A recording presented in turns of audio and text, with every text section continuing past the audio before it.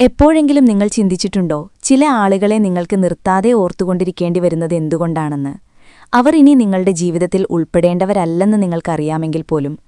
എന്തുകൊണ്ടാണ് ഒരൊറ്റ സന്ദേശമോ ഒരു നിശബ്ദതയോ അല്ലെങ്കിൽ ഒരു ചെറിയ ഓർമ്മ പോലും നിങ്ങളുടെ മനസ്സിനെ മണിക്കൂറുകളോളം, ദിവസങ്ങളോളം പോലും കറക്കിവിടുന്നത്? ഏറ്റവും ആശയക്കുഴപ്പമുണ്ടാക്കുന്ന ഭാഗം ഇതാണ്. എത്രത്തോളം നിങ്ങൾ വിട്ടുപോകാൻ ശ്രമിക്കുന്നുവോ അത്രത്തോളം ആഴത്തിൽ നിങ്ങൾ വലിച്ചെടുക്കപ്പെടുകയാണ്. ഒരു അദൃശ്യമായ ചരട് നിങ്ങളെ അവിടെ തന്നെ പിടിച്ചു നിർത്തുന്നതുപോലെ. കാൾ യൂങ്ങിന്റെ വീക്ഷണകോണിൽ നിന്ന് നോക്കുമ്പോൾ നിങ്ങൾ യഥാർത്ഥത്തിൽ ആ വ്യക്തിയുമായി ബന്ധിക്കപ്പെട്ടിരിക്കുകയല്ല, മറിച്ച് നിങ്ങൾ അബോധത്തിൽ അവരുടെ മേൽ ആരോപിച്ചിട്ടുള്ള കാര്യങ്ങളുമായാണ്. തന്റെ മനസ്സ് ഒരാളിൽ ഉറച്ചുപോകുമ്പോൾ അത് നിങ്ങൾക്കുള്ളിലെ തിരിച്ചറിയപ്പെടാത്ത ഭാഗങ്ങൾ കാണപ്പെടാൻ ശ്രമിക്കുന്നതിന്റെ സൂചനയാണെന്ന് അദ്ദേഹം വിശ്വസിച്ചു. നിങ്ങൾ അവരിൽ മുഴുകിയിരിക്കുകയാണെന്ന് നിങ്ങൾ കരുതുന്നു, എന്നാൽ വാസ്തവത്തിൽ നിങ്ങൾ നിങ്ങളുടെ സ്വന്തം ഭയങ്ങളെയും നിങ്ങളുടെ സ്വന്തം ആഗ്രഹങ്ങളെയും നിങ്ങൾ ഒരിക്കലും പേരിട്ടിട്ടില്ലാത്ത അബോധമണ്ഡലത്തിലെ ശകലങ്ങളെയും അഭിമുഖീകരിക്കുകയാണ്. നിങ്ങൾ കാര്യങ്ങൾ ഇങ്ങനെ തന്നെ തുടരാൻ അനുവദിച്ചാൽ നിങ്ങൾ ഒരു വ്യക്തിയിൽ തന്നെ കുടുങ്ങിക്കിടക്കുക മാത്രമല്ല, ഭാവിയിൽ മറ്റുള്ളവരുമായും ഇതേ രീതിയിൽ തന്നെ അകപ്പെട്ടുപോയേക്കാം. ഇന്നത്തെ വീഡിയോ നിങ്ങളെ ഒരാളെ മറക്കാൻ നിർബന്ധിക്കുന്നതിനുള്ളതല്ല, മറിച്ച് നിങ്ങളെ വിട്ടുപോകാതിരിക്കാൻ തടയുന്നത് നിങ്ങൾക്കുള്ളിൽ എന്താണെന്ന് കൂടുതൽ വ്യക്തമായി മനസ്സിലാക്കാൻ നിങ്ങളെ സഹായിക്കുന്നതിനുള്ളതാണ്. അത് നിങ്ങൾ കാണാൻ തുടങ്ങുമ്പോൾ നിങ്ങളൊരു അഭിനിവേശത്തിൽ നിന്ന് നിങ്ങളെ തന്നെ മോചിപ്പിക്കുക മാത്രമല്ല, നിശബ്ദമായും കൂടുതൽ സമാധാനപരമായും സാവധാനം നിങ്ങളിലേക്ക് തന്നെ മടങ്ങിവരികയാണെന്ന് നിങ്ങൾ മനസ്സിലാക്കും. 1 നമ്പർ, മറ്റുള്ളവരെക്കുറിച്ച് അമിതമായി ചിന്തിക്കുന്നതിന്റെ ഭാരം. ശ്രദ്ധിക്കാൻ പ്രയാസമുള്ളൊരു ശീലമുണ്ട്, എന്നിട്ടും അതോരോ ദിവസവും നിശബ്ദമായി നിങ്ങളുടെ ഊർജം പറ്റിക്കുന്നു. നിങ്ങൾ മറ്റുള്ളവരെക്കുറിച്ച് വളരെയധികം ചിന്തിക്കുന്നു. കരുതൽ എന്ന ലളിതമായ അർത്ഥത്തിലല്ല, മറിച്ച് നിങ്ങളുടെ മനസ്സിൽ ആവർത്തിച്ചോടിക്കൊണ്ടിരിക്കുന്ന ഒരു ദീർഘവും ആവർത്തിതവുമായ ശ്രദ്ധയുടെ രൂപമായാണ്. അവർ നിങ്ങളെക്കുറിച്ച് എന്തു വിചാരിക്കുന്നു? അവർക്ക് അസ്വസ്ഥത തോന്നുന്നുണ്ടോ? നിങ്ങൾ പറഞ്ഞ എന്തെങ്കിലും തെറ്റിദ്ധരിക്കപ്പെട്ടിരിക്കുമോ? അല്ലെങ്കിൽ നിങ്ങൾ വിധിക്കപ്പെടുന്ന, നിരസിക്കപ്പെടുന്ന അല്ലെങ്കിൽ തെറ്റിദ്ധരിക്കപ്പെടുന്ന സാഹചര്യങ്ങൾ പോലും നിങ്ങൾ സങ്കൽപ്പിക്കുന്നു. ശ്രദ്ധേയമായ കാര്യം, ഇതെല്ലാം യാഥാർത്ഥ്യത്തിൽ സംഭവിക്കുന്നതല്ല, മറിച്ച് നിങ്ങളുടെ മനസ്സിന്റെ അദൃശ്യമായ ഇടത്തിനുള്ളിലാണ് എന്നതാണ്. എന്നിട്ടും ആ ഇടം തന്നെ ഉജ്ജ്വലവും ഭാരമുള്ളതും രക്ഷപ്പെടാൻ പ്രയാസമുള്ളതുമായൊരു വികാരം സൃഷ്ടിക്കുന്നു. നിങ്ങൾക്കിതു മുമ്പ് അനുഭവപ്പെട്ടിരിക്കാം. ഒരു സാധാരണ സംഭാഷണത്തിന് ശേഷം നിങ്ങൾ അവിടെ നിന്ന് പോകുന്നു, പക്ഷേ നിങ്ങളുടെ മനസ്സ് പോകുന്നില്ല. അത് പിന്നിലെ ഓരോ വാക്കും, ഓരോ ഭാവവും, ഓരോ നോട്ടവും ആവർത്തിച്ചുകൊണ്ടിരിക്കും. നിങ്ങൾ വിശകലനം ചെയ്യാൻ തുടങ്ങുന്നു, പിന്നെ വ്യാഖ്യാനിക്കുന്നു. യാതൊരു യഥാർത്ഥ തെളിവുമില്ലാതെ അനുമാനങ്ങൾ കെട്ടിപ്പടുക്കുന്നു. കൂടുതൽ ചിന്തിക്കുന്തോറും എന്തോ കുഴപ്പമുണ്ടെന്ന് നിങ്ങൾക്ക് തോന്നുന്നു. യാഥാർത്ഥ്യത്തിൽ ഒരു കുഴപ്പവുമില്ലെങ്കിൽ പോലും. നിങ്ങൾ വളരെ സെൻസിറ്റീവായതുകൊണ്ടല്ല ഇത്, മറിച്ച് നിങ്ങളുടെ മനസ്സ് ഒരാഴത്തിലുള്ള മാനസിക സംവിധാനത്തിലേക്ക് വലിച്ചിഴക്കപ്പെടുന്നതുകൊണ്ടാണ്. നിങ്ങളുടെ സ്വത്വബോധം മറ്റുള്ളവർ നിങ്ങളെ എങ്ങനെ കാണുന്നു എന്നതിനെ കേന്ദ്രീകരിച്ച് മാറുന്ന ഒരു സംവിധാനം. മനുഷ്യർ യഥാർത്ഥ ലോകത്തിൽ മാത്രമല്ല, തങ്ങൾ സൃഷ്ടിക്കുന്ന മാനസിക പ്രതിബിംബങ്ങളുടെ ഒരു ലോകത്തിലും ജീവിക്കുന്നുണ്ടെന്ന് കാൾ യൂങ് ചൂണ്ടിക്കാണിച്ചു. നിങ്ങൾ മറ്റുള്ളവരെക്കുറിച്ച് വളരെയധികം ചിന്തിക്കുമ്പോൾ നിങ്ങൾ ഇനി അവരുമായി നേരിട്ടിടപഴകുകയല്ല, മറിച്ച് നിങ്ങളുടെ സ്വന്തം മനസ്സിനുള്ളിലെ അവരുടെ ഒരു പതിപ്പുമായാണ്. ഓർമ്മ, ഭയം, അബോധ അനുമാനങ്ങൾ എന്നിവയാൽ രൂപപ്പെട്ട ഒരു പ്രതിബിംബവുമായി. ഇത് നിങ്ങളെ ഒരു സൂക്ഷ്മമായ കെണിയിലേക്ക് വലിക്കുന്നു. നിങ്ങൾ മറ്റുള്ളവരെ മനസ്സിലാക്കാൻ ശ്രമിക്കുന്നു, എന്നാൽ സത്യത്തിൽ നിങ്ങൾ നിങ്ങളിലെ തിരിച്ചറിയപ്പെടാത്ത ഭാഗങ്ങളെ അഭിമുഖീകരിക്കുകയാണ്. മാനസിക നിയമം പറയുന്നു, ഒരു ആന്തരിക സാഹചര്യം ബോധപൂർവ്വം മനസ്സിലാക്കപ്പെടാതെ പോകുമ്പോൾ അത് ബാഹ്യമായി വിധി പോലെ പ്രത്യക്ഷപ്പെടുന്നു.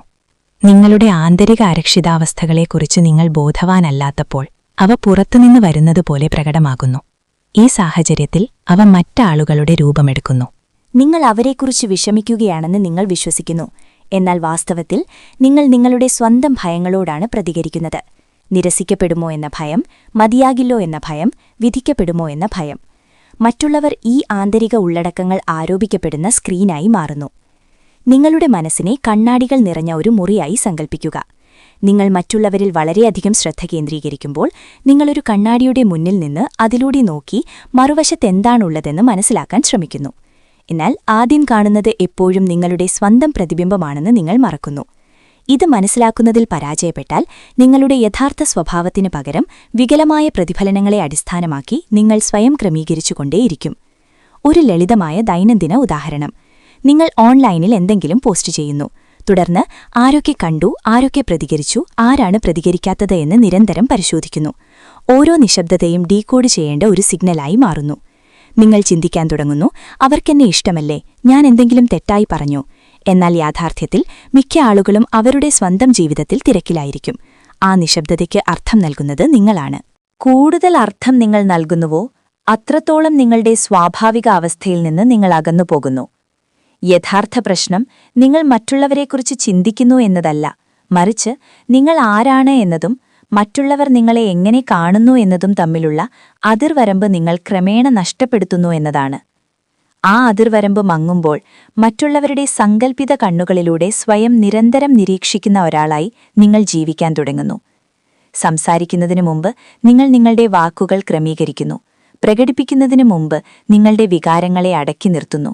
നിങ്ങൾ പ്രതീക്ഷിക്കുന്ന പ്രതികരണങ്ങളെ അടിസ്ഥാനമാക്കി നിങ്ങളുടെ പ്രവർത്തനങ്ങൾ തിരഞ്ഞെടുക്കുന്നു. കാലക്രമേണ നിങ്ങൾ ഇനി അകത്തുനിന്ന് ജീവിക്കുന്നില്ല, മറിച്ച് ബാഹ്യമായ പ്രതീക്ഷകൾക്കനുയോജ്യമാകാൻ അവതരിപ്പിക്കപ്പെടുന്ന ഒരു കഥാപാത്രമായി ജീവിക്കുന്നു.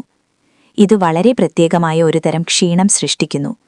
നിങ്ങൾ ശാരീരികമായി അധ്വാനിക്കുന്ന ജോലി ചെയ്യുന്നില്ല, എന്നിട്ടും നിങ്ങൾക്ക് ഊർജ്ജക്ഷയം തോന്നുന്നു. നിങ്ങൾ വളരെയധികം ചെയ്യുന്നതുകൊണ്ടല്ല, പക്ഷെ നിങ്ങൾ വളരെയധികം ചിന്തിക്കുന്നതുകൊണ്ടാണ്. ഓരോ ചിന്തയും മറ്റുള്ളവരുമായി നിങ്ങളെ ബന്ധിപ്പിക്കുന്ന ഒരു നേർത്ത ചരടായി മാറുന്നു. ഒരു ചരട് നിസ്സാരമായി തോന്നിയേക്കാം, എന്നാൽ ഒരേ സമയം നൂറുകണക്കിന് ചരടുകൾ നിങ്ങളെ സ്വതന്ത്രമായി ചലിക്കുന്നതിൽ നിന്ന് തടയും. നിങ്ങൾക്ക് സ്വയം ശ്രദ്ധ കേന്ദ്രീകരിക്കണമെന്ന് തോന്നുന്നു, എന്നിട്ടും നിങ്ങളുടെ മനസ്സ് വീണ്ടും വീണ്ടും വലിച്ചിഴക്കപ്പെടുന്നു. യുങ്യൻ വീക്ഷണകോണിൽ നിങ്ങളുടെ മാനസിക ഊർജം നിങ്ങളുടെ വ്യക്തിഗത വളർച്ചയെ പിന്തുണയ്ക്കാൻ അകത്ത് ശേഖരിക്കപ്പെടുന്നതിനു പകരം പുറത്തേക്ക് ചിതറിക്കിടക്കുന്ന സമയമാണിത്. നിങ്ങൾ മറ്റുള്ളവരെക്കുറിച്ച് എത്രത്തോളം ചിന്തിക്കുന്നുവോ അത്രത്തോളം നിങ്ങൾ നിയന്ത്രിക്കാൻ കഴിയാത്ത കാര്യങ്ങളിൽ നിങ്ങളുടെ ഊർജം നിക്ഷേപിക്കുന്നു. ഇതിലെ വിരോധാഭാസം ഇതാണ്: മറ്റുള്ളവർ നിങ്ങളെ എങ്ങനെ കാണുന്നു എന്ന് നിയന്ത്രിക്കാൻ നിങ്ങൾ എത്രത്തോളം ശ്രമിക്കുന്നുവോ അത്രത്തോളം നിങ്ങൾക്ക് സ്വയം നിയന്ത്രണം നഷ്ടപ്പെടുന്നു. മറ്റുള്ളവരെക്കുറിച്ച് അമിതമായി ചിന്തിക്കുന്നതിന്റെ ഭാരം ചിന്തകളിലല്ല, മറിച്ച് നിങ്ങൾ അവയ്ക്കു വേണ്ടി നൽകുന്ന വിലയിലാണ്, നിങ്ങളുടെ ആന്തരിക സ്വാതന്ത്ര്യം. നിങ്ങളുടെ മനസ്സെപ്പോഴും പുറത്തേക്ക് തിരിച്ചിരിക്കുമ്പോൾ നിങ്ങളുടെ സ്വന്തം വികാരങ്ങൾ ശ്രവിക്കാൻ നിങ്ങൾക്കിടമില്ല. നിങ്ങളുടെ യഥാർത്ഥ ആഗ്രഹങ്ങൾ, നിങ്ങളുടെ ആധികാരിക വികാരങ്ങൾ, നിങ്ങളുടെ ആഴത്തിലുള്ള അവബോധങ്ങൾ, ഇവയെല്ലാം ആവർത്തിച്ചുകൊണ്ടിരിക്കുന്ന ഒരൊറ്റ ചോദ്യത്താൽ മുങ്ങിപ്പോകുന്നു: അവരെന്നെക്കുറിച്ച് എന്തു വിചാരിക്കുന്നു? ആ ചോദ്യം നിങ്ങളുടെ ജീവിതത്തിന്റെ കേന്ദ്രമാകുമ്പോൾ നിങ്ങൾക്ക് നിങ്ങളുടെ സമാധാനം മാത്രമല്ല, സ്വയം കൂടി നഷ്ടപ്പെടുന്നു. 2 നമ്പർ, പ്രൊജക്ഷൻ. ഒരാളെ വിട്ടുപോകാതിരിക്കാൻ നിങ്ങളെ തടയുന്ന സംവിധാനം. കാൾ യുങ്ങിന്റെ വീക്ഷണത്തിൽ പ്രൊജക്ഷൻ ആരോപണം എന്നത് മറ്റൊരാളെക്കുറിച്ചുള്ള തെറ്റിദ്ധാരണ മാത്രമല്ല. നിങ്ങളുടെ മനസ്സ് നിങ്ങളിലെ തിരിച്ചറിയപ്പെടാത്ത ഭാഗങ്ങളെ എടുത്ത് മറ്റൊരാളുമായി ബന്ധിപ്പിക്കുന്ന ഒരു സംവിധാനമാണിത്. ആ വ്യക്തി മാറുന്നില്ല, എന്നാൽ നിങ്ങൾ അവരെ കാണുന്ന രീതി മാറുന്നു. ഈ തെറ്റായ ക്രമീകരണമാണ് നിങ്ങളുടെ മുന്നിലുള്ള യഥാർത്ഥ വ്യക്തിയോടല്ല, മറിച്ച് നിങ്ങൾ സൃഷ്ടിച്ച ഒരു പ്രതിബിംബത്തോട് പ്രതികരിക്കാൻ നിങ്ങളെ നയിക്കുന്നത്. നിങ്ങൾ ഒരാളെ കണ്ടുമുട്ടുകയും ഉടനടി വിശദീകരിക്കാനാകാത്ത ഒരു ലാഘവം അനുഭവപ്പെടുകയും ചെയ്യുന്ന സമയങ്ങളുണ്ട്. അവരുടെ കുറച്ചു വാക്കുകൾ മാത്രം മതി, നിങ്ങൾക്കുള്ളിൽ എന്തോ ഒന്ന് അയവ് വരുന്നു. അവർക്കെന്തോ പ്രത്യേകതയുണ്ടെന്ന് നിങ്ങൾ വിശ്വസിക്കാൻ തുടങ്ങുന്നു. അവർക്കൊരു തരത്തിലുള്ള രോഗശാന്തി സാന്നിധ്യമുണ്ടെന്ന് തോന്നുന്നു. എന്നാൽ നിങ്ങൾ ആഴത്തിൽ നോക്കിയാൽ ഈ സമാധാനബോധം അവർ നിങ്ങൾക്ക് നൽകുന്നതല്ല, മറിച്ച് അവർ നിങ്ങളിൽ ഉണർത്തുന്നതാണെന്ന് നിങ്ങൾ മനസ്സിലാക്കും. അത് നിങ്ങളുടെ സ്വന്തം ആന്തരിക ശാന്തതയുടെ ഒരു ഭാഗമാണ്. അത് നിങ്ങൾ വളരെ കാലമായി അവഗണിച്ചിരുന്നു. ഇപ്പോൾ അവരിലൂടെ അതിന് തിരികെ വരാനുള്ള അവസരം ലഭിക്കുന്നു. നിങ്ങൾ അവരുമായി പ്രണയത്തിലാകുകയാണെന്ന് നിങ്ങൾ കരുതുന്നു, എന്നാൽ സത്യത്തിൽ നിങ്ങളുടെ സ്വന്തം ആത്മാവിന്റെ ഒരു ഭാഗം നിങ്ങളിലേക്ക് തന്നെ പ്രതിഫലിക്കപ്പെടുന്നതുമായി നിങ്ങൾ അനുരണനം ചെയ്യുകയാണ്. മറുവശത്ത് പ്രതീക്ഷിച്ചതിലും വളരെ ആഴത്തിൽ നിങ്ങളെ വേദനിപ്പിക്കുന്ന ചിലരുണ്ട്. അവരുടെ ഒരൊറ്റ വാചകം ദിവസങ്ങളോളം നിങ്ങളുടെ മനസ്സിൽ നിലനിൽക്കും. അവരുടെ ഒരു നിമിഷത്തെ നിശബ്ദത നിങ്ങളെ എണ്ണമറ്റ സാഹചര്യങ്ങൾ സങ്കൽപ്പിക്കാൻ പ്രേരിപ്പിക്കും. അവരാണ് നിങ്ങളുടെ വേദനയുടെ ഉറവിടമെന്ന് നിങ്ങൾ വിശ്വസിക്കുന്നു. എന്നാൽ യൂൻ തലയും പറഞ്ഞു നീച്ച് സംഭവിക്കുന്നത് അത്ര ലളിതമല്ല. നിങ്ങളിൽ നിലവിലുണ്ടായിരുന്ന ഒരു മുറിവിൽ അവർ സ്പർശിക്കുക മാത്രമാണ് ചെയ്യുന്നത്. ആ മുറിവാണ് അത്തരമൊരു ശക്തമായ പ്രതികരണത്തിന് കാരണമാകുന്നത്. അതില്ലായിരുന്നുവെങ്കിൽ അവരുടെ പ്രവൃത്തികൾ നിസ്സാരമായി തോന്നിയേനെ, നിങ്ങളുടെ ശ്രദ്ധ പോലും അർഹിക്കാത്തവയായി. പ്രൊജക്ഷൻ ഇത്രത്തോളം ശക്തമാക്കുന്നത് അത് വിശദീകരിക്കാൻ പ്രയാസമുള്ള ഒരു ബന്ധം സൃഷ്ടിക്കുന്നു എന്നതാണ്. ബന്ധം അനാരോഗ്യകരമാണെന്ന് നിങ്ങൾക്കറിയാം. നിങ്ങൾ വിട്ടുപോകണമെന്ന് നിങ്ങൾക്ക് മനസ്സിലാകുന്നു. എന്നിട്ടും നിങ്ങൾക്ക് അകന്നുപോകാൻ കഴിയുന്നില്ല. കാരണം നിങ്ങളെ അവിടെ നിർത്തുന്നത് അവരാരാണെന്നതല്ല, മറിച്ച് നിങ്ങൾ അവരുടെ മേൽ ആരോപിച്ചിരിക്കുന്ന നിങ്ങളുടെ സ്വന്തം ഭാഗമാണ്. നിങ്ങൾക്കൊരു നിറവേറാത്ത പ്രതീക്ഷയുണ്ടെങ്കിൽ നിങ്ങൾ അവർക്കായി കാത്തിരിക്കും. നിങ്ങൾക്ക് കൈവിടപ്പെടുമോ എന്ന ഭയമുണ്ടെങ്കിൽ നിങ്ങൾ അവരെ മുറുകെ പിടിക്കും. നിങ്ങൾക്ക് ഉണങ്ങാത്ത ഒരു മുറിവുണ്ടെങ്കിൽ അവരിലൂടെ നിങ്ങളുടെ മൂല്യം തെളിയിക്കാൻ നിങ്ങൾ ശ്രമിക്കും. അവർ വിലപ്പെട്ടവരായതുകൊണ്ടല്ല നിങ്ങൾ നിലകൊള്ളുന്നത്, മറിച്ച് നിങ്ങളിലെന്തോ അപൂർണമായി നിലനിൽക്കുന്നതുകൊണ്ടാണ്. യൂങ് എഴുതിയതുപോലെ, നിങ്ങൾ അബോധത്തെ ബോധവൽക്കരിക്കുന്നതുവരെ അത് നിങ്ങളുടെ ജീവിതത്തെ നയിക്കും. നിങ്ങൾ അതിനെ വിധിയെന്ന് വിളിക്കും. നിങ്ങളുടെ അബോധത്തിനുള്ളിൽ സംഭവിക്കുന്നത് തിരിച്ചറിയുന്നതിൽ പരാജയപ്പെടുമ്പോൾ എല്ലാം വിധി പോലെ തോന്നാൻ തുടങ്ങുന്നു. അവരെ കണ്ടുമുട്ടിയത് വിധിയായിരുന്നുവെന്ന് നിങ്ങൾ വിശ്വസിക്കുന്നു. അവരെ മറക്കാനുള്ള നിങ്ങളുടെ കഴിവില്ലായ്മ അവരുടെ പ്രാധാന്യത്തിന്റെ തെളിവാണെന്ന്. എന്നാൽ യാഥാർത്ഥ്യത്തിൽ അനാവരണം ചെയ്യപ്പെടുന്നത് ഒരു മാനസിക പ്രക്രിയയാണ്. നിങ്ങളുടെ അബോധം സ്വയം പ്രകടിപ്പിക്കാൻ ശ്രമിക്കുന്നു. അത് ആ വ്യക്തിയുടെ പ്രതിബിംബത്തെ ഒരു മാധ്യമമായി ഉപയോഗിക്കുന്നു. പ്രൊജക്ഷൻ എന്നത് ഒരു സിനിമാ തിയേറ്ററിൽ ഇരുന്ന് സ്ക്രീനിലെ ഓരോ രംഗവും വികാരവും ആവാഹിച്ചെടുക്കുന്നതുപോലെയാണ്.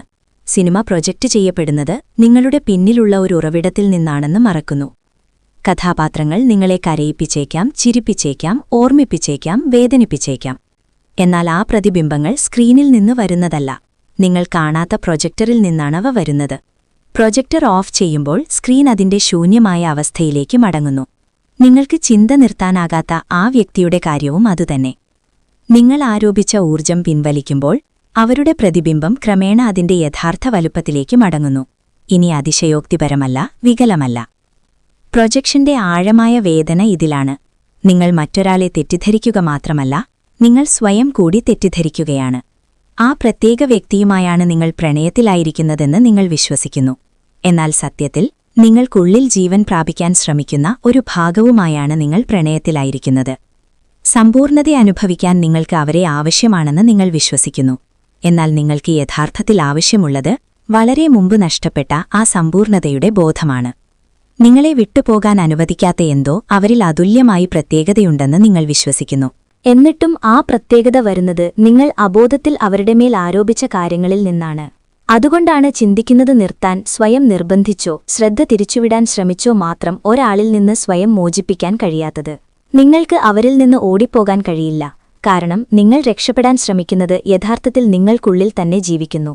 നിങ്ങൾ നിശ്ചലമായി അകത്തേക്ക് തിരിഞ്ഞ് നിങ്ങൾ ആരോപിച്ച കാര്യങ്ങളെ, നിങ്ങളുടെ ഭയങ്ങൾ, നിങ്ങളുടെ ആഗ്രഹങ്ങൾ, നിങ്ങളുടെ മുറിവുകൾ അഭിമുഖീകരിക്കുമ്പോൾ മാത്രമേ നിങ്ങൾക്കും അവർക്കുമിടയിലുള്ള ബന്ധം അയവ് വരാൻ തുടങ്ങുകയുള്ളൂ. അവർ മാറിയതുകൊണ്ടല്ല, മറിച്ച് നിങ്ങളുടെ മനസ്സിലെ അവരുടെ പ്രതിബിംബം മാറിയതുകൊണ്ടാണ്. പ്രൊജക്ഷൻ എന്നത് ഒരു ചങ്ങലയും സ്വാതന്ത്ര്യത്തിലേക്കുള്ള ഒരു വാതിലും കൂടിയാണ്. നിങ്ങളത് മനസ്സിലാക്കാത്തപ്പോൾ വ്യക്തമായ രക്ഷപ്പെടലില്ലാത്ത ബന്ധങ്ങളിൽ നിങ്ങൾ കുടുങ്ങിക്കിടക്കുന്നു. എന്നാൽ നിങ്ങളത് കാണുമ്പോൾ നിങ്ങൾ ചിതറിപ്പോയ നിങ്ങളുടെ സ്വന്തം ഭാഗങ്ങൾ തിരികെ പിടിക്കാൻ തുടങ്ങുന്നു. ആ ഭാഗങ്ങൾ തിരികെ വരുമ്പോൾ ഒരിക്കൽ നിങ്ങൾക്ക് ചിന്ത നിർത്താനാകാതിരുന്ന ആ വ്യക്തി കൂടുതൽ വ്യക്തവും ചെറുതും അവരാരാണെന്നതുമായി കൂടുതൽ യോജിക്കുന്നതുമായി മാറുന്നു. അപ്പോഴാണ് നിങ്ങൾ മറ്റൊരു വ്യക്തിയിൽ കുടുങ്ങിക്കിടക്കുകയായിരുന്നില്ലെന്ന് മനസ്സിലാക്കുന്നത്. നിങ്ങൾ കുടുങ്ങിക്കിടന്നത് നിങ്ങളുടെ സ്വന്തം തിരിച്ചറിയപ്പെടാത്ത ഭാഗങ്ങളിലായിരുന്നു. അവസാനമായി നിങ്ങൾ അവയെ കാണുമ്പോൾ നിശബ്ദമായും എന്നാൽ പൂർണ്ണമായും സ്വതന്ത്രമായും നിങ്ങൾ പുറത്തേക്ക് ചുടുവയ്ക്കാൻ തുടങ്ങുന്നു. 3 നമ്പർ, ഷാഡോയുടെ ഉയർച്ചയും അതിന്റെ അഹങ്കാരത്തിന്റെ മേലുള്ള പിടിമുറുക്കവും. മറ്റുള്ളവരിൽ നിങ്ങൾക്ക് സ്വന്തമായി വ്യക്തിപരമായ നിറം നൽകുന്ന കാര്യങ്ങൾ എന്തുകൊണ്ട് കാണുന്നു എന്ന് മനസ്സിലാക്കാൻ പ്രൊജക്ഷൻ നിങ്ങളെ സഹായിക്കുന്നു. എന്നാൽ ഇപ്പോഴും നിങ്ങൾക്ക് ഒഴിവാക്കാനാകാത്ത ഒരു ആഴമായ ചോദ്യമുണ്ട്. നിങ്ങൾ അമിതമായി ചിന്തിക്കുകയാണെന്നറിയാമെങ്കിലും എന്തുകൊണ്ട് നിങ്ങൾക്കത് നിർത്താൻ കഴിയുന്നില്ല? നിങ്ങളുടെ യുക്തിസഹമായ മനസ്സ് മതി എന്നു പറയുമ്പോഴും എന്തുകൊണ്ട് നിങ്ങളുടെ വികാരങ്ങൾ നിങ്ങളെ തിരികെ വലിക്കുന്നു? ഉത്തരം ഇനി നിങ്ങൾ മറ്റുള്ളവരെ എങ്ങനെ കാണുന്നു എന്നതിലല്ല, മറിച്ച് നിങ്ങൾക്കുള്ളിൽ പ്രവർത്തിക്കുന്ന ആഴമായ എന്തോ ഒന്നിലാണ്. യൂങ് ഇതിനെ ഷാഡോ, നിഴൽ എന്ന് വിളിച്ചു. ഷാഡോ എന്നത് നിങ്ങൾ കാണാൻ ആഗ്രഹിക്കാത്തത് മാത്രമല്ല, അത് അടക്കി നിർത്തപ്പെട്ട, അവഗണിക്കപ്പെട്ട, എന്നാൽ നിശബ്ദമായി നിലനിൽക്കുന്ന മനസ്സിന്റെ ഭാഗമാണ്. പ്രോസസ് ചെയ്യപ്പെടാത്ത വികാരങ്ങൾ, അതിച്ചമർത്തപ്പെട്ട ആവശ്യങ്ങൾ, ഉണങ്ങാത്ത മുറിവുകൾ. നിങ്ങൾ അവയെ നോക്കാൻ വിസമ്മതിക്കുന്നതുകൊണ്ട് മാത്രം ഇവയൊന്നും അപ്രത്യക്ഷമാകുന്നില്ല. അവ ശേഖരിക്കപ്പെടുന്നു.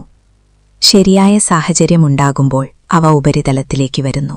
അങ്ങനെ വരുമ്പോൾ നിങ്ങളിനി വർത്തമാനകാലത്തിൽ നിന്നു മാത്രം പ്രതികരിക്കുന്നില്ല, മറിച്ച് നിങ്ങൾ ഒരിക്കലും യഥാർത്ഥത്തിൽ അഭിമുഖീകരിക്കാത്ത ആഴമായ പാളികളിൽ നിന്നാണ്.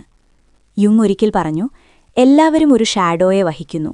അത് വ്യക്തിയുടെ ബോധപൂർവമായ ജീവിതത്തിൽ എത്രത്തോളം ഉൾക്കൊള്ളിക്കപ്പെടുന്നില്ലയോ അത്രത്തോളം അത് കറുത്തതും സാന്ദ്രമുമായിരിക്കും. ഷാഡോയിൽ ഭയമോ വേദനയോ മാത്രമല്ല അടങ്ങിയിരിക്കുന്നത്, മറിച്ച് നിങ്ങൾ ജീവിക്കാൻ ധൈര്യപ്പെടാത്ത നിങ്ങളുടെ ഭാഗങ്ങളും കൂടിയാണ്.